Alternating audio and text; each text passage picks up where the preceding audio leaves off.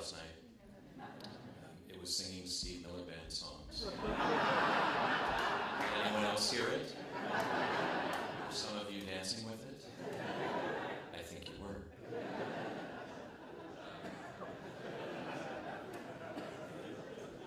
I think I saw you. I'm going to start with my YMCA story, because I understand there's a tradition of that. That's me. Okay. The ears are still there.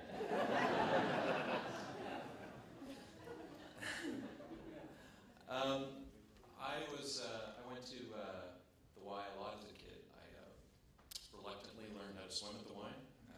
Never really learned how to dive, although they tried to teach me again and again and again. I very enthusiastically learned how to canoe at the Y at summer camps, mostly at the Cambridge Y. And at this very dingy, dark YMCA that was downtown across from the library before the Chaplin family made their investment to build a new facility. I remember a woman there that was always trying to pull me in and was always looking for opportunities for me to get involved, and really reminded me that the YMCA was actually a community and was not just a place you went to work out, although my dad went and worked out there for many, many years. I had to tell the story at the beginning. I apologize, I'm a little nervous because she's here. It's Mimi. She's sitting right there.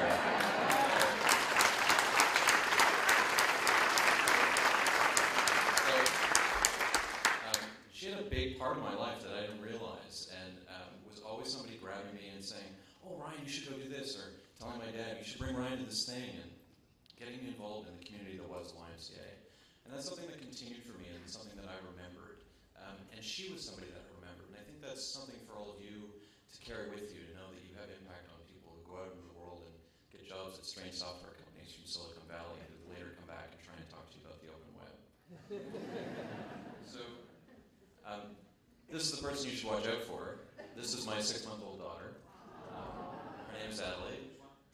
Pardon me?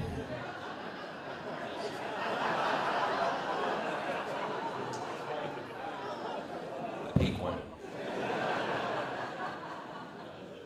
This is Adelaide, and she'll be the newest member of the local Y somewhere in our home in Toronto. So, I have 7 minutes left to talk to you about the open web. I work for Mozilla. Mozilla is a open source software company. We are the largest and one of the most successful open source software projects in the world. We make a product called Firefox, which I hope all of you use. We built that product because 98% of the market share belonged to Microsoft, and they made a product called Internet Explorer that at the time was lousy. And it had ads, and it didn't care about users. And we wanted something that did. We wanted something that was about community. And we thought that the best way to do that was to build something better. So we did. And we didn't have multiple millions of dollars, and so instead what we did was we tried to activate a community of people. This is our staff structure. We are 400 staff. We are 40,000 volunteers who contribute code and build the product every year. And we are 450 million users. We're the second most popular browser in the world, the most popular in Germany. I can actually say that we're big in Germany. So this is our main product. But the other thing that we do is we build software products that are at the leading edge. We build things that make the web better for people and try and push the edges of innovation. Our mission is to create openness, opportunity, and innovation on the web. And what I want to talk to you about today is the way that we do that. So open source just means that you can get under the hood of our code. It's like owning a car and being able to open up the hood and see how it works inside. And this may shock you, but not all software actually works that way. And lots of the technology that you use today, you actually can't get under the hood. And our theory is that if you can get under the hood, you can change it. And we apply that not just to our product, we actually apply it to the way we work. And that's what I want to talk to you about today, about working open. This is the Drumbeat website. This is our innovation website where we invite people in to start projects with ideas and to work with us on innovation. There are 290 projects here that people have started, over 10,000 10,000 volunteers, and they're all self-organizing. Here's a couple of examples of projects we're working on. The one on the right is a project we did with PBS NewsHour during the State of the Union. We developed an application that lets you pull content from the web in real time. And we live blogged the State of the Union, and so you could see in real time content that was happening. On the left side, something that we maybe should all talk about later, is a project called Hackosaurus, which is our digital literacy project, where we're actually teaching kids how to hack and how to get under the hood of the web. And we think that digital literacy is as important as grammar and math. And so this is a project that we're starting to help people learn. So I want to talk about some of the principles of the way that we work. This is the first one. Surprise is the opposite of community. And the way that we resolve that problem is that we do all of our work in public. And let me explain what that means. Our marketing plans, our long-term planning exists on public wikis. Our weekly meetings happen on open conference calls that anyone can join. Our chat happens in public IRC, and any person can see what we're talking about. And for organizations that are working towards market dominance, that's scary. That's the opposite of what they want to do. They need to be able to build their products in secret and then launch those products in a world that gives them the market edge. But if your business is community, which is the business of the YMCA and the business of Mozilla, there's no benefit, I would argue, of working in secret. There's huge benefit of working in public, of allowing any person who has an idea to see what you're doing and be part of it and jump in and give you an idea. And it's a meritocracy. It's not a permanent consultation. What it actually is if you have an idea and you're willing to help build it, there's a place for you. And that's how we work. That's how our volunteers outnumber our staff 1,000 to 1. And they're the ones that build the product. 40% of our code is written by people who don't work for us and don't work near us. They work all over the world.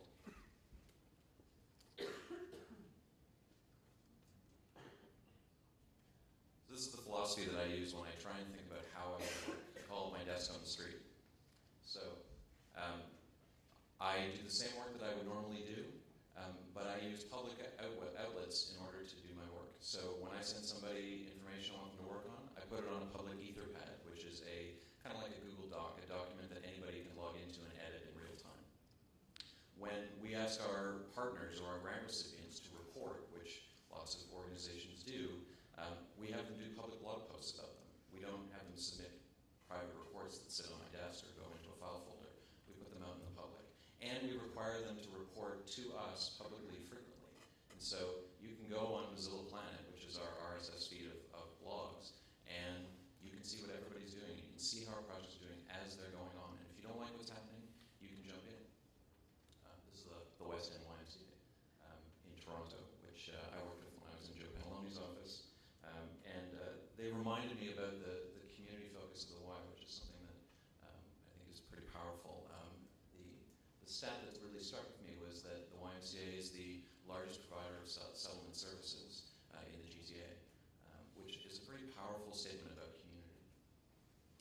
We push decision-making to the edges, which is a way of saying that in our meritocracy, we have 400 staff who are responsible for moving the product forward, making sure that things happen, but we also have people who we classify in our governance structure as module owners. These are people who build stuff in the browser or in our software projects that technically they own it. They are responsible for it. They are keepers of it.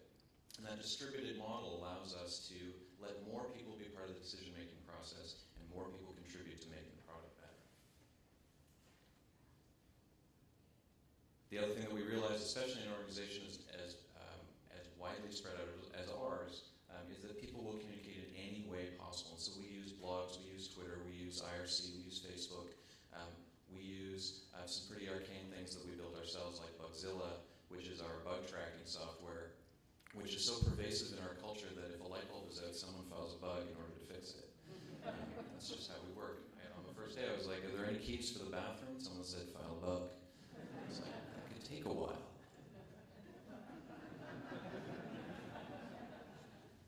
If you want to work open, you have to make it easy for people to get in. I think that's obvious, but you also have to make it bite-sized. What is a piece that people can contribute that they can do on their own time, that they can help augment the work that you're already going to be doing? Here's an example. Firefox launched about a month ago now. Over 100 million downloads in the first week. 83 languages. It's the most translated browser in the world. And 82 of those languages, we do English ourselves, were translated by volunteers. One of the reasons that Firefox is the most popular browser in Europe is because you can get it in any language you speak in Europe. And what that says is if you go to people and you give them an opportunity and the infrastructure to be able to customize things to suit them, they will come to you. They will help you build your organization. They will contribute their time and their effort and their money, and they will help you do better. And just the last thing, which is really important, and we get stuck in this because we all live and breathe marketing all the time, and we start to think of people as consumers, or we think of them as bystanders, or we think of them as stakeholders. They're just us. They're just us, but they don't work for us. And it's really important that we realize, especially in an